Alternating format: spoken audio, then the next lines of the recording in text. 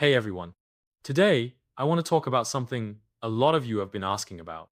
How long does it really take to break free from unwanted digital habits? Not the sugar-coated version, but the real, honest truth.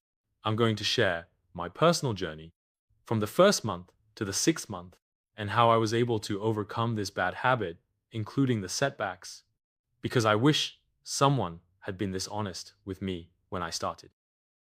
Let me take you back to where it all started.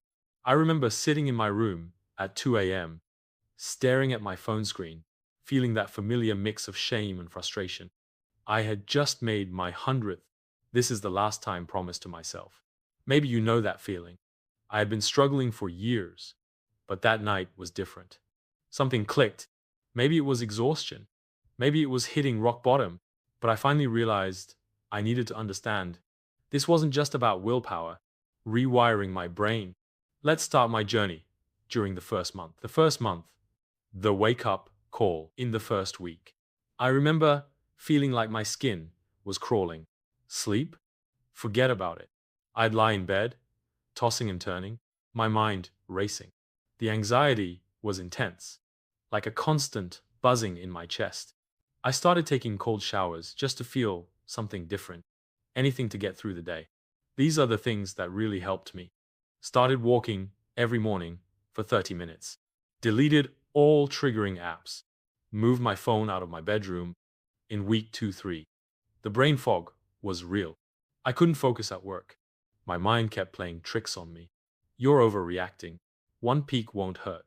I felt irritable, snapping at family over small things. But here's what was actually happening. My dopamine system was rebalancing. What helped me? Started drinking more water, used basic meditation apps, called a friend whenever urges hit. In week 4, first signs of hope appeared. I could sleep for 4 or 5 hours straight. The constant anxiety began to fade.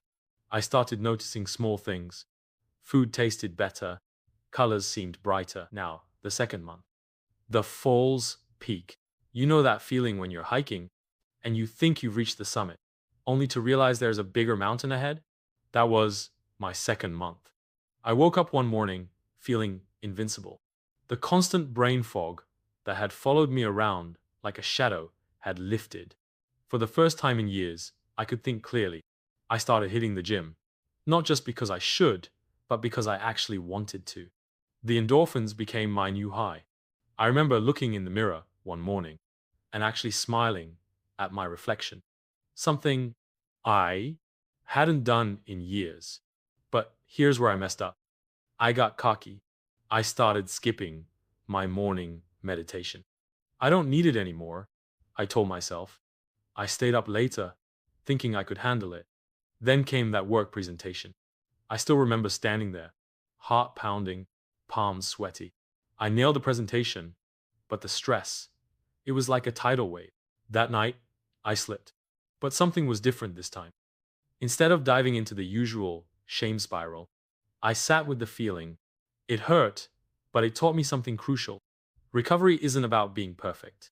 It's about how you handle the imperfect moments. And so the second month passed, and the feelings were mixed and confused. Month 3, the valley.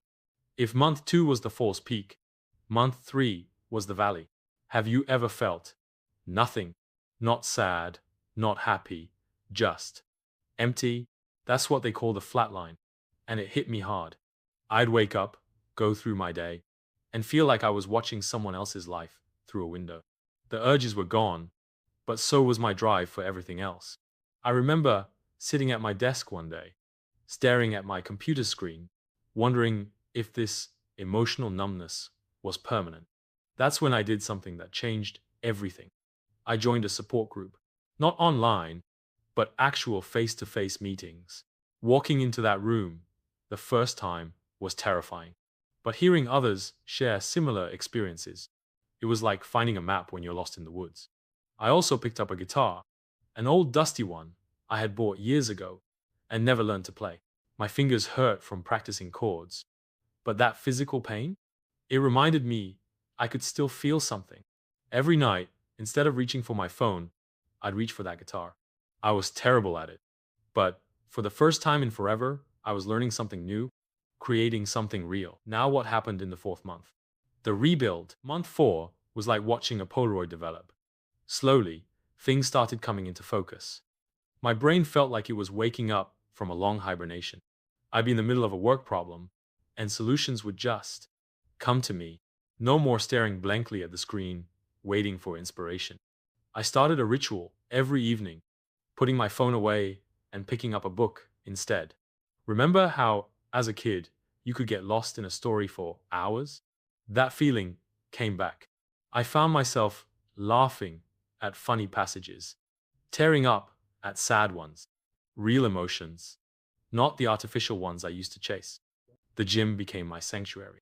Not because I was trying to escape anymore, but because I was finally building something. Each rep, each mile on the treadmill felt like I was laying another brick in the foundation of my new life. I started cooking 2 actual meals, not just microwave dinners.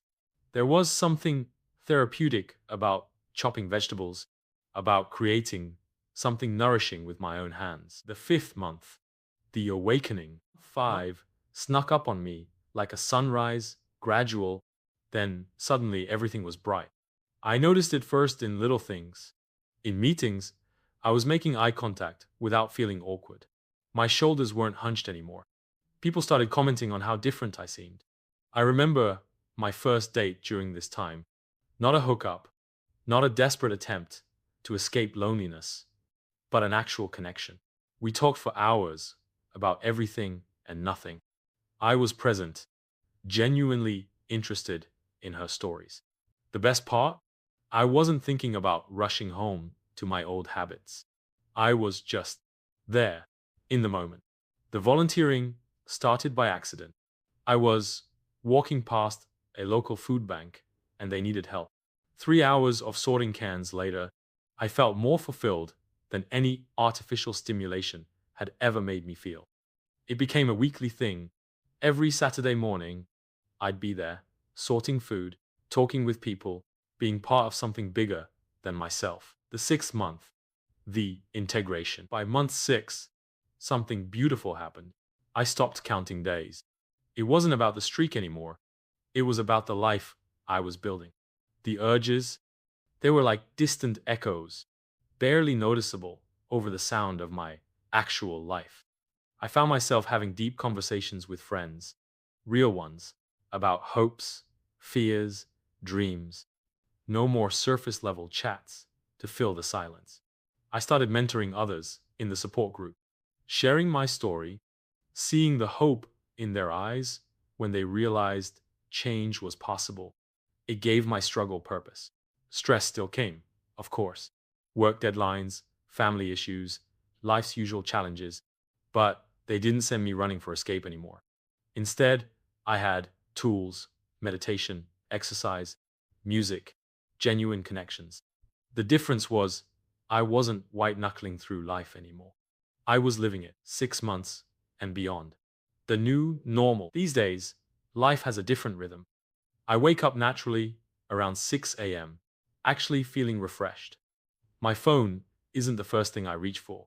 Usually, it's my guitar, or a book, or my running shoes. The simple things bring joy now.